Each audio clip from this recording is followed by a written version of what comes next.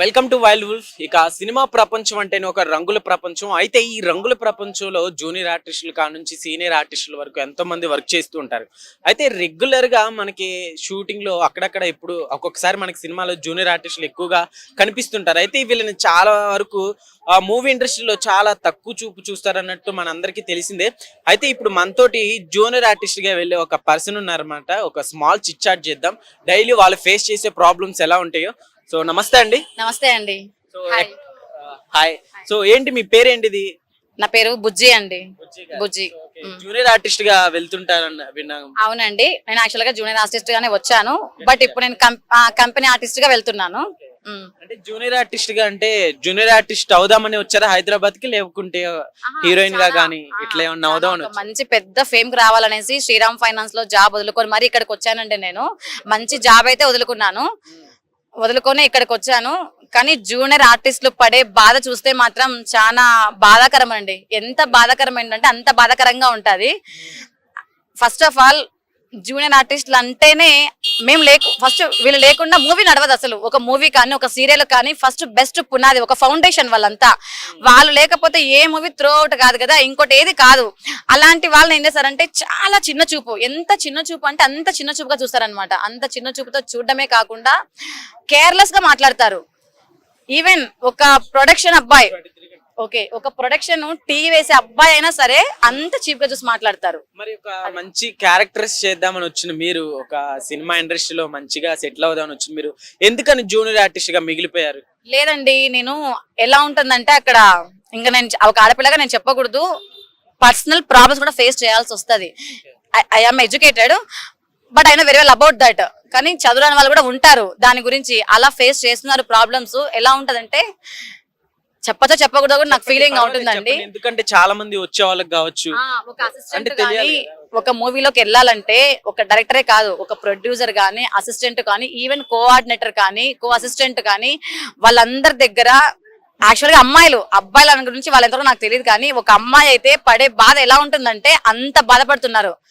Commitment అని, చెత్త అని, చెదరని, అరెస్ట్ లాంగ్వేజ్ తో మాట్లాడుతున్నారు. అదైతే మాక్సిమం ఈ నేను పెట్టే మెసేజ్ పై వరకు వెళ్ళి అది కొంచెం తగ్గాలనేది నేను మనస్ఫూర్తిగా నా విన్నపంగా మాట్లాడుతున్నానండి. చాలా చెండాలంగా బిహేవ్ చేస్తున్నారు. సో అలా బిహేవ్ చేయొద్దు. చాలా మందికి ఎంతో ఇంట్రెస్ట్ ఉంటది, అదే మేము టీవీలో రావాలా అనేసి. ఏదో జాబులు లేక ఇది లేక రాదు, ఒక మూవీ పైన కనపరాలనేది ప్రతి ఒక్కరికి ఒక కోరికగా ఉంటుంది. కానీ ఇప్పుడు ఎలా ఉంటుందంటే అలా రావాలంటేనే భయపడుతున్నారు. మనం ఏంటి ఆ లెవెల్లో వెళ్ళడం ఏంటి, అది ఎంత చీప్ గా ఉంటది అనేసి బాగా బయట బ్యాక్వర్డ్ గా వెళ్ళిపోతున్నారు.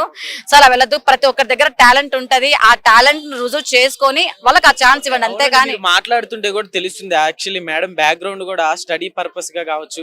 సో స్టడీ కూడా హైయర్ స్టడీ అనే విన్నాము. ఎంత వరకు చదువుకున్నాను? నేను ఎంబీఏ డిస్కంటిన్యూ బీఎస్సీ బయోకెమిస్ట్రీ చేశానండి.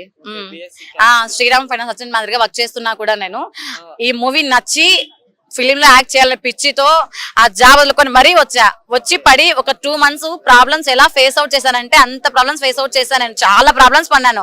పడి ఒక మంచి అవకాశాన్ని వదులుకున్నాను కూడా, ఎలా ఈ చెత్త లాంగ్వేజ్ వల్ల. నిజంగానే చూడడానికి మీరు నిజంగా హీరోయిన్ మెటీరియల్ లాగా ఉన్నారు. తప్పుగా బిస్కెట్ అని కాదు మేడం, నిజంగా. సో యాక్చువల్లీ మీరు నిజంగా మూవీస్ లో తీసుకుంటే మంచి సక్సెస్ వచ్చేది. కానీ ఎందుకని మీరు అలా ఫెయిల్ అవుట్ అయిపోయారా అని అనొచ్చా? ఫెయిల్ అవుట్ అయిపోయారా? ఫెయిల్ అవుటే. వాళ్ళు చెప్పినట్టు వినాలంటే మన దగ్గర కెపాసిటీ కాదు కదా, ఆ బ్యాడ్ సెన్స్ మన దగ్గర లేదండి. ఫస్ట్ ఆఫ్ ఆల్ అది విడిచి మనం ఉండలేము. మనకంటే ఒక కామన్ సెన్సో ఉంటది. దాన్ని పబ్లిక్ గా పెట్టాలంటే మనం పెట్టలేము. వాళ్ళు నచ్చినట్టు మనం ఉండలేము. అలా ఉంటేనే అది ఇస్తాము అనేది అయితే నాకు వద్దు. నువ్వు టాలెంట్ చూడు, నువ్వు అవి అంతే అంటాను నేనైతే. నా వర్షన్ అయితే నాలాగే కొందరు కూడా అలాగే ఉన్నారు. ఇంకా మరి కొందరు వెళ్లే వాళ్ళు ఉన్నారు. దయచేసి ఇదైతే ఖండించాలని నా ఉద్దేశం. బీఎస్సీ బయోకెమిస్ట్రీ చేశారు మీరు. సో ఇప్పుడు డైలీ అంత జూనియర్ ఆర్టిస్ట్ కి 700 ఇస్తున్నారండి. యాక్చువల్ గా 1050 ఇస్తున్నారు. ఈ మధ్యలో లంచం, కమిషన్ త్రూ అవుట్ మొత్తం కమిషన్ ద్వారానే వెళ్ళిపోతూ ఉంటుంది. డైలీ అంటే ఒక్కొక్కరి దగ్గర నుంచి కట్ అయిపోయి మీ దగ్గరకు వచ్చేసరికి 700. సో అయితే ఇది రెగ్యులర్ గా జరుగుతూ ఉంటుంది కదా, సో అయితే మీరు కంప్లైంట్ చేయడం అనేది ఏమైనా జరిగిందండి? కంప్లైంట్ చేయడానికి ఇప్పుడు మనం నిన్నగాక మనం వచ్చిన వాళ్ళమండి, మనకన్నా సీనియర్స్ ఉన్నారు, వాళ్ళే ఏం మాట్లాడట్లేదు. మనం మాట్లాడదామంటే ఇంకా అదే ఒకరొకరు భయపడి దాన్ని అసలు ఆ భయం తొలగించేస్తే ఆటోమేటిక్ గా వర్కౌట్ అవుతుంది, కానీ భయపడుతున్నారే. ఒకవేళ చెప్తే నెక్స్ట్ డే షూటింగ్ కి పిలవకుండా పిలవరు, ఆపేస్తారు. డౌట్ ఇలా పిలవరు. ఇప్పుడు నాకు తెలిసి రేపు నన్ను కూడా పిలవరేమో, ఇలా చెప్తున్నాను కదా అనేసి, అది కూడా ఉంది, నాకు కూడా భయంగా ఉంది పిలవరేమో అని. But I don't fear. నేను భయపడ్ను. చేస్తే చేసుకుంటాం, లేకపోతే లేదు, అంతే. దాంట్లో అయితే భయం లేదు. ఓకే, అన్నిటికీ తెగిచ్చేస్తా. అంటే ఇప్పుడు మీరు ఎలాంటి ఇబ్బందులు ఫేస్ చేశారు? నేను చాలా ఇబ్బందులు ఫేస్ చేసి మంచి అవకాశం కూడా పోగొట్టుకున్నానండి. మంచి అవకాశాలనే పోగొట్టుకున్నాను. సీరియల్ పోగొట్టుకున్నాను, మూవీలో కూడా పోగొట్టుకున్నాను, ఆ ఛాన్స్ పోగొట్టుకున్నాను.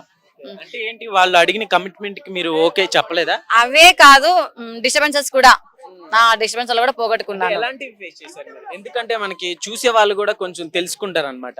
అంటే ఇప్పుడు చాలా మంది నిజంగా ఇలాంటి ప్రాబ్లమ్స్ ఎవరు చూపించట్లేదు, సో మన ఛానల్ ద్వారా చూపిద్దాం. మీరు చూపిస్తారు, అలా చూపించి నెక్స్ట్ డే పిలవకుండా చేస్తారని భయంతో చెప్పరు, అది ఆడ ఫీలింగ్ ఉండేది. నిజంగా ఏదో బద్దర్ కోసం వచ్చినాము, ఫేమ్ కోసం వచ్చినాం కదా, ఇలా పెడితే బాగుంటది కదా, సో అందుకు. ఓకే, సో మేడం ఏం చెప్తారు అంటే ఇప్పుడు మూవీ ఇండస్ట్రీలో మామూలుగా మీకు అయితే ఇప్పుడు 700 ఇస్తున్నా అన్నారు కదా, సో అవి సరిపోతున్నాయా మీకు? అవేం సరిపోవు, మాకు మనీ ఇస్ నాట్ ఇంపార్టెంట్ అండి. నాకైతే ఇంపార్టెంట్, ఉన్న వాళ్ళకి ఇంపార్టెంటే కదా. పొద్దున వెళ్తాము, 5కి వెళ్తాము, నైట్ ఈవినింగ్ వెళ్తాము.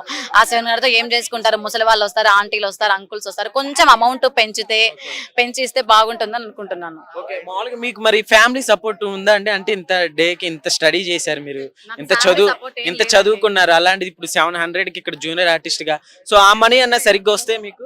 ఆ మనీ సరిగ్గా ఇస్తారు, వీక్లీ 1 టైం ఇస్తారు, కానీ సరిగ్గా అవ్వదు, సరిపోదు. ఫ్యామిలీ సపోర్ట్, నాకు ఫ్యామిలీ సపోర్ట్ అంటే ఎవ్వరు లేరండి. నేను ఒక అనాథ, అంతే.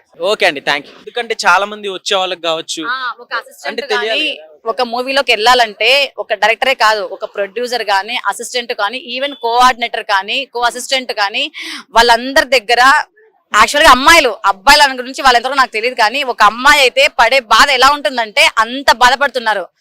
కమిట్మెంట్ అని, చెదరని, అరెస్ట్ లాంగ్వేజ్ తో మాట్లాడుతున్నారు. అదైతే మాక్సిమం నేను పెట్టే మెసేజ్ పై వరకు వెళ్ళి అది కొంచెం తగ్గాలనేది నేను మనస్ఫూర్తిగా నా విన్నపంగా మాట్లాడుతున్నానండి.